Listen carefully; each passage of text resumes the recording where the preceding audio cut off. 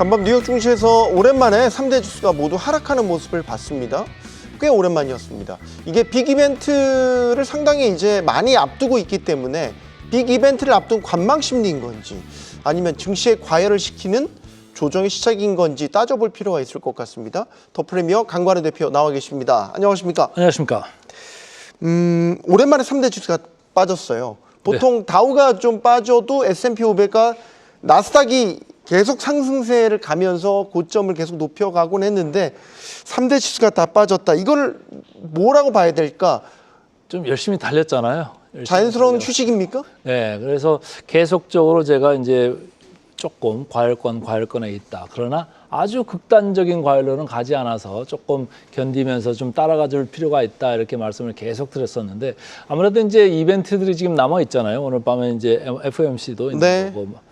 뭐 마이크로소프트, 아마존 오늘 실적 발표도 있고 또 관세, 상호 관세 이제 D-2인가요? 이제 바로 시작하는 이런저런 이벤트가 있는 가운데 과열권에 있으니까 이제 뭐 누가 먼저라고 할 것도 없이 조금씩 차익 실현을 하는 그런 이제 셀링 프레셔가 좀 있는 것 같다. 매도 압력이 있는 거죠.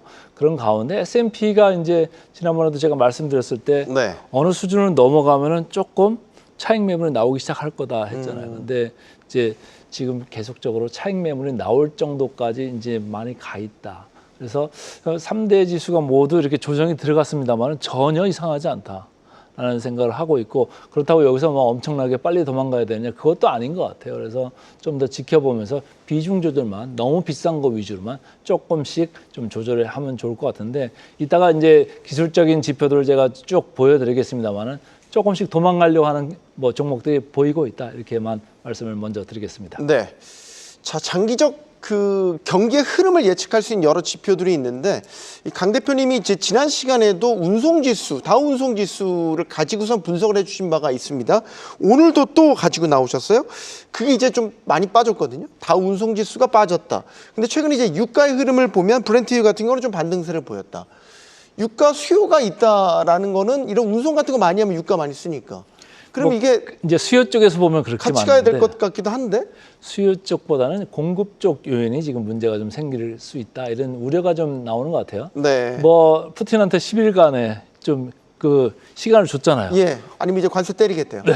관세 때리겠다. 아니면 수출을 갖다가 러시아 원유 수출을 조금 봉쇄를 할 수도 있는 거고 아니면 그 제재를 할 수도 있는 거잖아요. 네. 그렇다고 보면 공급 쪽에서는 좀 차질이 있을 거 아니냐 이런 이제 우려가 있으면서 브렌트유가 올라가잖아요. 그러니까 이게 올라가고 또 수출 제재 뭐 그러면 볼륨이 줄어드는 거잖아요. 교역 양이 좀 줄어들 수 있다. 그러니까 뭐 다우 운송지수한테는 뭐 좋을 게 별로 없죠 양쪽에서. 그래서 이쪽이 밀렸는데 어쨌든 브렌트가 올라가면은 뭐 미국 또 전 세계에도 마찬가지입니다만 물가 압력이 있는 거니까 사실 좋은 건 아니에요. 그래서 시장에도 뭐 여러 가지 빌미 중에 하나가 또 브렌트 올라가는 것도 빌미가 됐다 이렇게 해석하고 싶습니다. 네.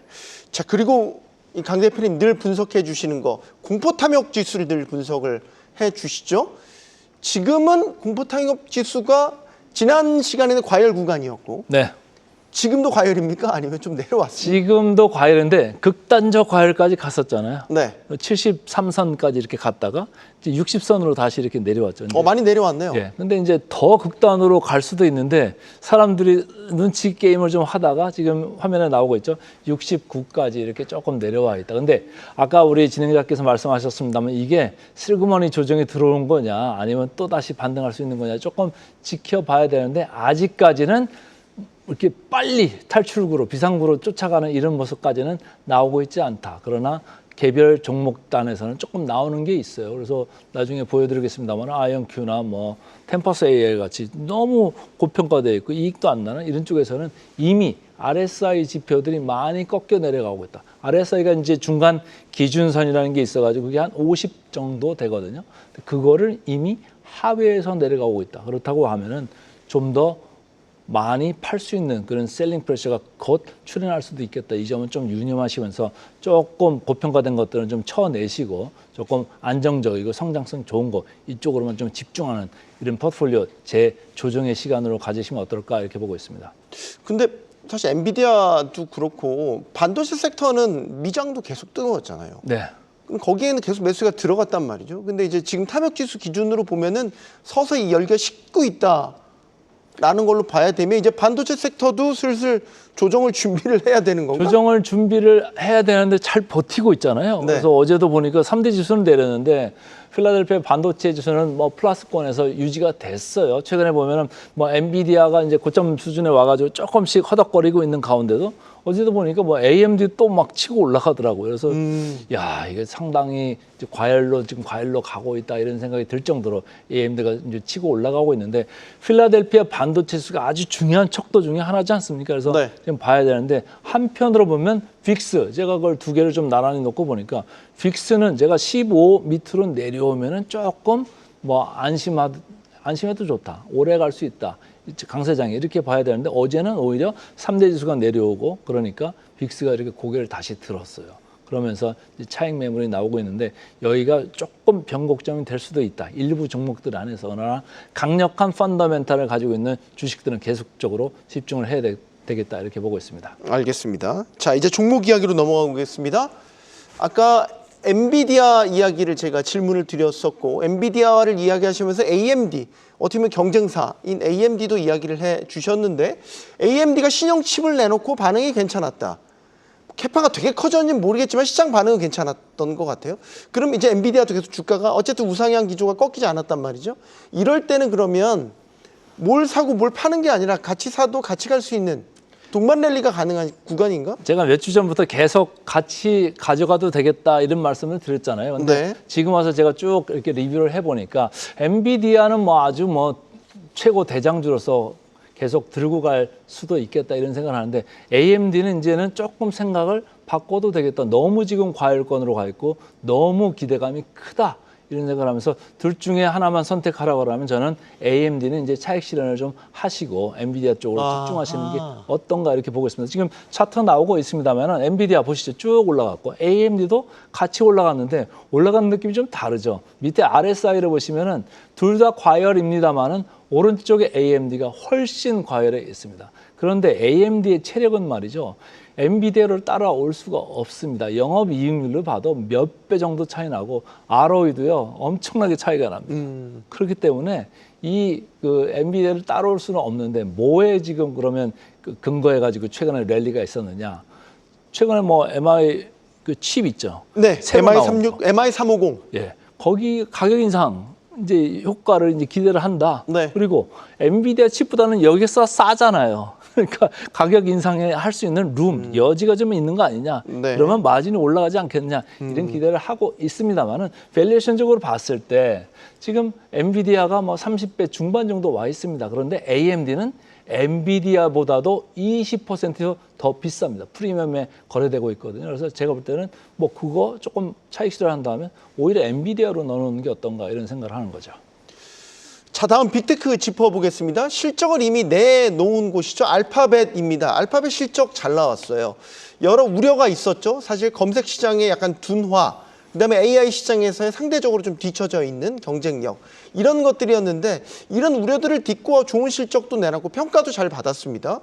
그럼 이제 항상 비교되는 게 메타가 요즘에 네. AI 인재 블랙홀처럼 빨아들인다 이런 이야기도 나오고 있고 그러면 원조 AI 기업 구글과 메타 이제 실력 대결이 본격적으로 펼쳐지는 것 아니냐 이런 대결 구도가 가능하냐. 저도 구글하고 메타 이제 차트를 이렇게 보면서 제가 안 보고 있던 거 중에 하나가 RSI 지표가 지금 완전히 반대로 가고 있다 이렇게 읽으시면 됩니다. 좌측에 구글인데요. 밑에 부분 보면 RSI 있잖아요. 위쪽으로 올라가면서 지금 있네요. 70 부분에 와 있습니다. 그렇죠? 관건을 네. 넘은 거의 근접한 네. 건가요? 근데 네. 메타 같은 경우는 오히려 RSI만 보시면 오른쪽 하단입니다. 조금 밑으로 지금 내려가면서 지금 50선까지 와 있고 오히려 하위에서 내려가려고 그러잖아요. 서로 뭐 광고 기반의 회사지 않습니까? 네. 데이터 기반 회사고 별 차이가 없을 것 같은데 그럼 이런 주가 행보, 이런 주가 어떤 쪽은 RSI가 위쪽으로 가서 있고 하나는 지금 50을 하회 하려고 하고 있고 이거 무슨 차이인가 제가 좀 면밀히 봤는데 구글로 봤을 때는 선행 PR이 20배밖에 안 되더라고요. 우리가 이제 엔비디아 같은 거 할 때 30배 중반까지 가지 않습니까? 네. 근데 여기 20배밖에 안 돼요. 그래서 메타를 봤더니 여기는 27배예요. 야, 그래서 어떻게 20배가 좀 더 싸니까 이쪽으로 가서 보고 있는 거 아니냐. 메타는 지금 구글보다도 30%나 더 비싼 지금 가격에서 거래되고 있다. 그래서 최근에 이런저런 좋은 뉴스가 많이 나오고 있습니다만 이미 주가에 너무 많이 반영된 거 아니냐 이런 생각들이 있으면서 파는 사람들이 많아지다 보니까 RSI가 쭉쭉쭉쭉 이렇게 꺾여서 내려가는 이런 그림이 나오고 있다 이런 생각을 할 수도 있고요. 구글 나중에 이제 테슬라나 뭐 우버 할 때 말씀을 드리겠습니다만은 네. 아까 제가 구글 얼마라고 그랬죠? 선행 PER 20배입니다. 근데 자율주행 한다는 이제 테슬라 같은 경우에 물론 자율주행 말고 다른 것 전기차도 있고 하니까 다르게 봐야 되기는 합니다만은 선행 PER 160배 무려. 이거 20배 대비해서 8배나 비싼 거잖아요. 그런데 우버도 30배입니다. 그러니까 여기는 웨이모가 있잖아요. 구글에는 네, 또. 그렇죠. 구글 그러니까 웨이모. 20배다 30배. 그러면 뭘 사야 될까요? 30배 우버보다는 20배 구글을 사는 게 낫지 않을까? 웨이모를 본다고 쳐도 말이죠. 그래서 제가 볼 때는 종합적으로 말씀을 드리면 아까 제가 처음부터 말씀드린 좀 저평가되고 알짜 기업으로 조금 이게 종목을 이렇게 세분화하는 거 아니겠느냐 이렇게 이해를 해 보고 싶습니다. 테슬라 빨리 짚어보죠. 테슬라가 요즘에 한국 기업들과 아주 짝짝꿍이 잘 맞습니다. 삼성전자 그리고 또 오늘 LG에너지솔루션 수주를 내면서 아주 뭐 최적의 파트너십이 돼 가고 있습니다. 테슬라도 로보택시를 내놨고 시장에서 테스트를 받고 있는 단계입니다. 주가도 좀 반등하는 요즘에는 추세는 모양새입니다. 테슬라의 향방 어떻게 보십니까? 주가는 조금 올라온 거는 같은데 목표 주가들이 그렇게 막 올라가는 그런 느낌도 아니에요. 지금 이제 320불 선 와 있는데 목표 주가 컨센서스가 여기에서 크게 바뀌지 않고 있다 이렇게 보시면 되고 왼쪽에 테슬라입니다. 아까 말씀드린 밑에 하단 부분에 RSI를 보시면요. 이게 강세로 쭉쭉 올라가려면 RSI가 위로 치고 올라가 줘야 돼요. 근데 계속 여기서 멈칫하고 있죠. 테슬라 제가 계속 반복적으로 이 회사의 장점은 이런 기술이나 이런 비즈니스 모델이 더 확산될 수 있습니다. 이런 게 있습니다만은 단점으로도 상당히 많잖아요. 뭐 일론 머스크 오너 리스크도 있습니다만 네. 밸리에이션도 상당히 높기 때문에 그런 리스크가 지금 RSI 그리고 전체적인 목표 주가가 급속도로 올라가지 않는 그런 상황에 지금 맞닥뜨려 있다. 그렇기 때문에 여기는 제가 볼 때는 조금씩 줄여나가는 게 맞는 거 아니냐 이런 생각을 하는 거고 오른쪽에 이제 우버 같은 경우를 이제 요즘엔 좀 우버가 주가가 빠졌네요.